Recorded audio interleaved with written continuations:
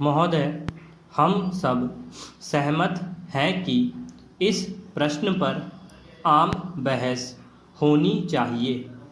पिछले सत्र में भी हमने यह कहा था कि इस के बारे में विपक्ष के सदस्यों से विचार विमर्श करना चाहेंगे, लेकिन हम यह अनुभव करते हैं कि इस पर बहुत व्यापक रूप में और विस्तार से देश भर में बहस होनी चाहिए।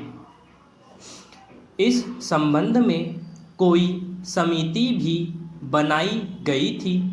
मैं समझती हूँ कि आप में से कुछ ने देखा भी है कि उसने क्या सुझाव दिए थे, और अगर आप मेरी राय पूछे तो वे कोई बहुत क्रांतिकारी नहीं थे।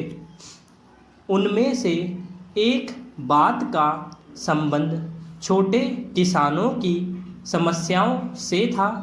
यह सही है कि आरंभ में हरित क्रांति से छोटे किसान अछूते रहे, लेकिन जैसे ही हमने यह अनुभव किया, हमने उनके लिए विशेष कार्यक्रम तैयार करने की कोशिश की।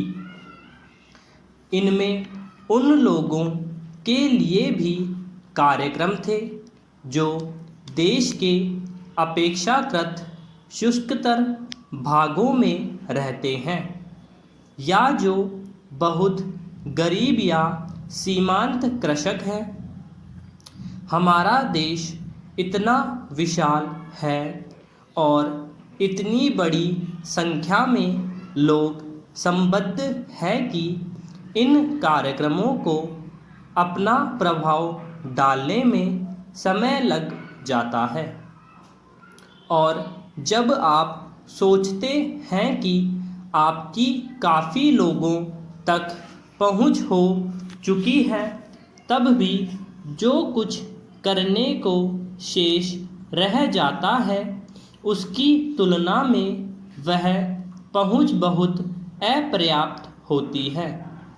मैं माननीय सदस्यों को आश्वासन देना चाहूँगी कि यह मामला मेरे में बहुत गहराई से उपस्थित है। सदस्य जो भी सुझाव इस संबंध में देना चाहेंगे, उनका स्वागत होगा। श्रमिकों की छटनी से हमेशा ही अनेक लोगों के लिए समस्याएं पैदा हो जाया करती हैं।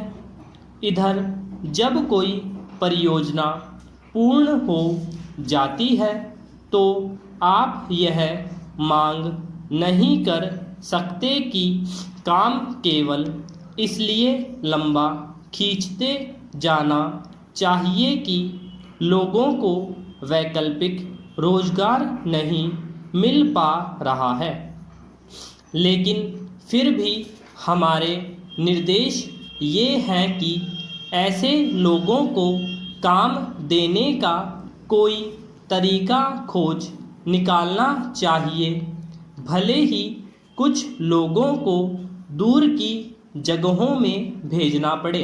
पैरा एक माननीय सदस्य ने शिक्षा के बारे में कुछ कहा है। उनका विचार है कि सरकार शिक्षा को एक प्रमुख विषय नहीं मानती। यद्यपि प्रमुख शब्द का प्रयोग एक विशेष अर्थ में किया जाता है, लेकिन यह कोई नहीं कहेगा कि शिक्षा किसी भी समाज में एक प्रमुख विषय नहीं है।